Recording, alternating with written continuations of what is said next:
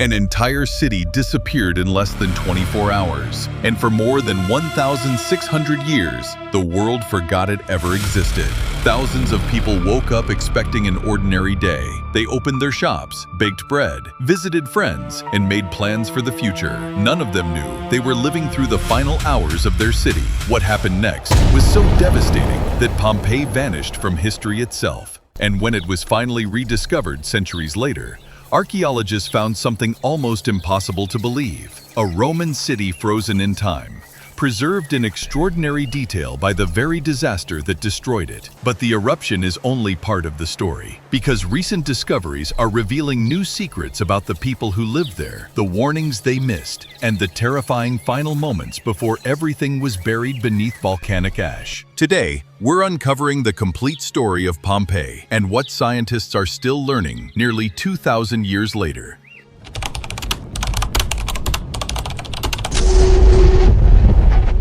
On August 24, 79 AD, the people of Pompeii woke up to an ordinary morning. The markets were open, the bread ovens were firing, the public baths were filling with water. Children were going about their day. The city of approximately 30,000 people, one of the most prosperous cities on the Bay of Naples, was doing exactly what it had done on thousands of ordinary mornings before. By that evening, every single one of them was either dead or fleeing for their lives. The city they had lived in was buried under meters of volcanic debris, and within decades, the location of Pompeii itself was forgotten. The city disappeared from history so completely that for over 1,600 years, no one knew it was there. What happened on August 24, 79 AD is one of the most documented, most analyzed, and most haunting events in the history of the ancient world. Not because of the number of dead, larger disasters have claimed more lives,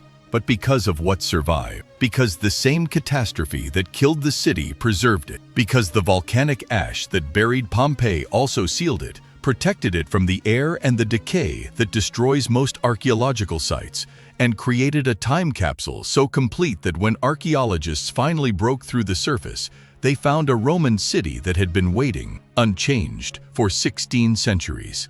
This is the story of what happened in Pompeii. Not just the eruption, the full story. The days before, the warnings that were ignored, the science of exactly how the volcano killed an entire city in less than a day, the bodies frozen in their final moments, and the discoveries still being made in 2024 and 2025 that are changing what we thought we understood about that last day. Stay with me, because Pompeii is not a story about the distant past. It is a story about a city that felt completely safe right up until the moment it wasn't. Let's start with what Pompeii was before the eruption, because most people's image of Pompeii begins with the ruins, and the ruins don't fully convey what was actually lost. Pompeii was a thriving, sophisticated Roman city. It had been settled for centuries, built up through layers of Oscan, Samnite, and Roman culture into a complex urban center with everything that implied. There were forums and temples,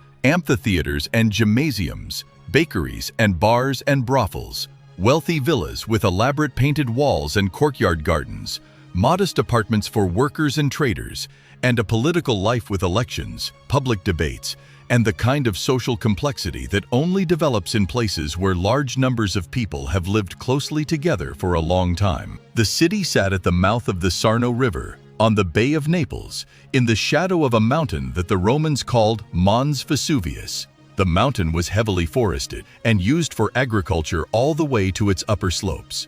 Wine from the Vesuvian slopes was considered excellent. The fertile volcanic soil produced abundant crops. The mountain was a resource, not a threat. The Romans had no concept of a volcano as a geological phenomenon. The word volcano did not exist in Latin. The mountain was simply a mountain, tall, yes, slightly unusual in its profile, but a mountain. There had been warning signs. In 62 AD, 17 years before the eruption, a major earthquake caused significant damage to Pompeii and the surrounding region. Walls cracked, buildings collapsed. The damage was repaired over the following years, but when archaeologists excavated the city in detail, they found evidence that many of the repairs were still in progress in 79 AD. The earthquake had been real, the city had been shaken, but nobody connected it to the mountain. Nobody recognized it as a warning of what was building beneath. In the weeks before the eruption, there were more signs. The wells in and around Pompeii began to run dry.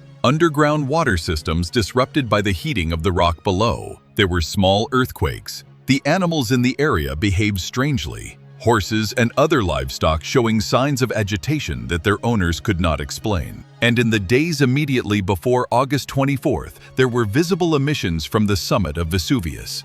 Steam, small amounts of ash, unusual atmospheric conditions that made the air smell of sulfur. We know about these warning signs because of a survivor. His name was Pliny the Younger. He was 17 years old on August 24th, 79 AD, and he was staying with his uncle, the famous naturalist Pliny the Elder, at a naval base at Misenum, approximately 35 kilometers across the bay from Pompeii. Pliny the Younger survived. His uncle did not. And in the years after the eruption, Pliny the Younger wrote 2 letters to the historian Tacitus, describing in extraordinary detail what he had witnessed from across the bay. These letters, 2 of the most valuable documents in classical history, are the primary eyewitness account of the Vesuvius eruption. Pliny describes seeing a cloud rising from the mountain at approximately 1 o'clock in the afternoon on August 24th, a cloud he compared to a pine tree, rising on a tall trunk and then spreading into branches. He describes the darkness that followed, the falling ash and pumice, the panic, the complete obliteration of the landscape. But Pliny the Younger was safe. He was 35 kilometers away. For the people of Pompeii, the experience was incomparably worse. Let's talk about the eruption itself, because understanding the physical sequence of events, the specific phases, the timing, the scale, is essential to understanding what the people of Pompeii actually experienced. The eruption of Vesuvius in 79 AD began, based on current scientific analysis, in the early afternoon of August 24th. The initial explosion blew the top of the volcano open and sent a column of ash and rock, a Plinian eruption column, rising approximately 30 kilometers into the atmosphere. 30 kilometers. The column reached the stratosphere. The energy released in this initial explosion was enormous. For the first several hours, the primary threat to Pompeii was not pyroclastic flow. It was pumice fall. Pumice, lightweight, porous volcanic rock ejected from the eruption column, rained down on the city in enormous quantities. Estimates suggest that pumice was falling at a rate sufficient to accumulate by 10 to 15 centimeters per hour. It fell continuously for approximately 11 to 12 hours.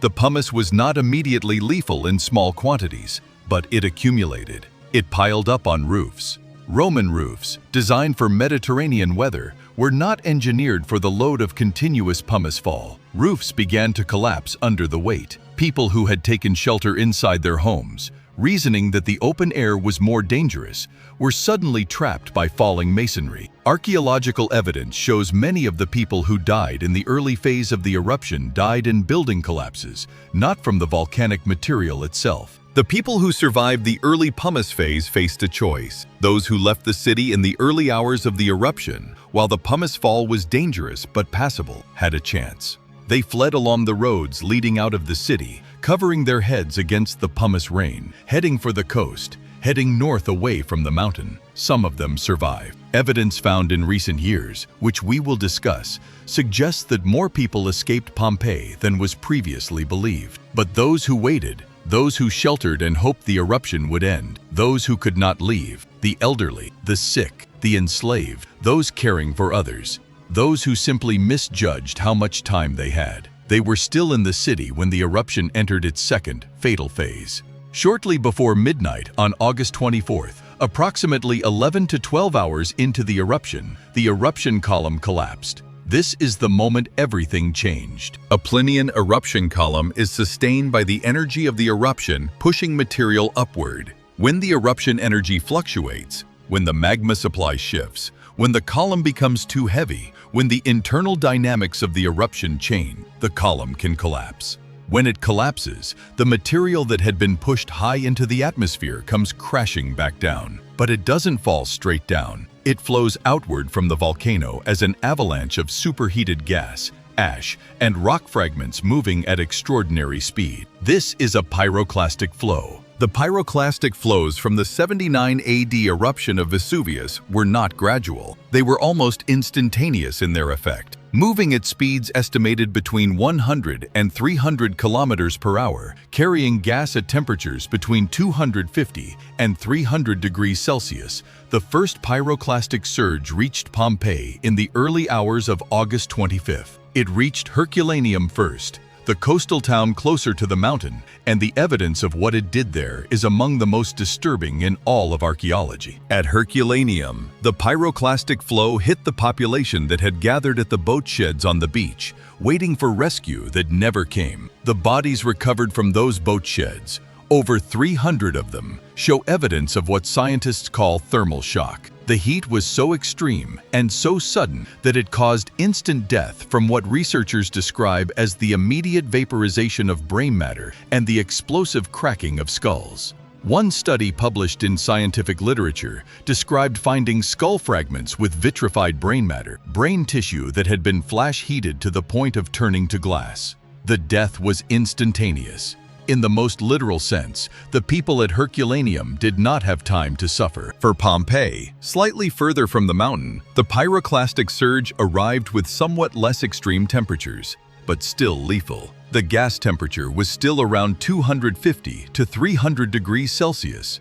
At 250 degrees Celsius, death is essentially instantaneous. The heat causes immediate shutdown of all biological systems. The people of Pompeii, who were still in the city when the first pyroclastic surge arrived, died where they were, standing, sitting, lying down, running, in whatever position they happened to be in at the precise moment the surge reached them. Then the ash came down. The volcanic material that had been carried on the pyroclastic surge settled over the bodies. It covered them. It surrounded them. It hardened around them as it cooled, and the bodies decomposed inside the hardened ash. Slowly, over years, leaving cavities, perfect hollow impressions of the human forms that had been inside, impressions that preserved every detail, the folds of clothing, the position of hands, the expression on faces, the last gesture of a person in their final second of life. This is what Giuseppe Fiorelli understood in 1863. Fiorelli was an archaeologist who had been appointed director of the Pompeii excavations,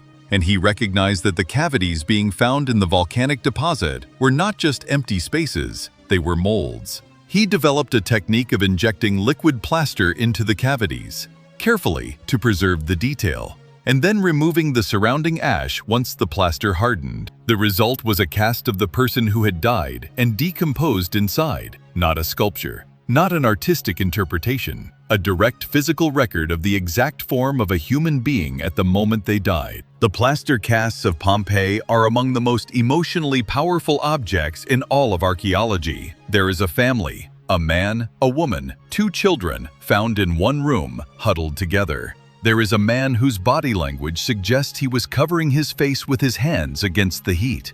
There are individuals whose postures suggest they were conscious for a fraction of a second after the surge arrived, muscles contracting, bodies responding to the heat stimulus in the last involuntary movements of a dying nervous system. And in November 2024, a study published using DNA extracted from the skeletal remains inside 14 of the most recently restored plaster casts produced findings that overturned assumptions that archaeologists had held for over 150 years. The casts have always been presented to visitors with interpretations of who they were. This is a family. This is a master and his slave. This couple died together. The DNA study found that several of these interpretations were wrong. 2 figures long assumed to be a mother and child based on their proximity and position were found to have no biological relationship. 2 individuals presented as adult males were found to include at least 1 biological female. The relationships between individuals, the demographics of who died and where. These basic assumptions, built up over a century and a half of interpretation, are now being revised using genetic evidence that was unavailable to previous generations of researchers. The most recent excavations in the sector of Pompeii, known as Insula 10 in the northern part of the city, being excavated as part of the Great Pompeii Project, are the most extensive archaeological work at the site in a generation. ongoing since approximately 2021 and continuing through 2024 and 2025. This excavation is systematically uncovering an entire city block that had never been fully explored. What they are finding there is, block by block, room by room, rewriting the everyday social history of the city. A room with the tools and equipment of a blacksmith still in place. A fast food counter, a thermopolium, with the remains of the food that was being prepared still identifiable by analysis. Frescoes on walls depicting scenes from mythology and daily life, preserved in colors that look as vivid as the day they were painted. Written graffiti on walls, the casual marks of daily life, election endorsements, personal insults, records of transactions that read, given the context, as the last words of people who had no idea they were writing them for eternity. And the survivors. In the last decade, researchers, including archaeologist Stephen Ellis, whose work is featured in the 2024 PBS documentary Pompeii, The New Dig, have been systematically searching for evidence of people who escaped the eruption and survived. The methodology involves searching Roman inscriptions from communities surrounding Pompeii for names and family names unique to the city. The logic is that if a Pompeian survived and settled in a nearby town, they might appear in the documentary record of that town. The results have been significant.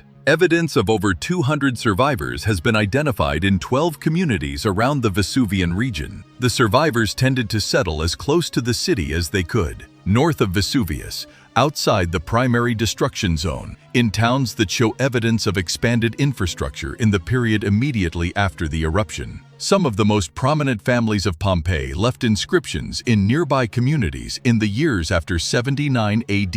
They had escaped, they had rebuilt their lives, and they had stayed as close as possible to the place they had lost. What Pompeii teaches, in the end, is not only about volcanoes or Roman cities or ancient death. It is about the specific texture of a human community, its daily life, its social structures, its vulnerabilities, and its resilience, preserved by an accident of geology in enough detail that we can see it clearly from a distance of nearly 2,000 years.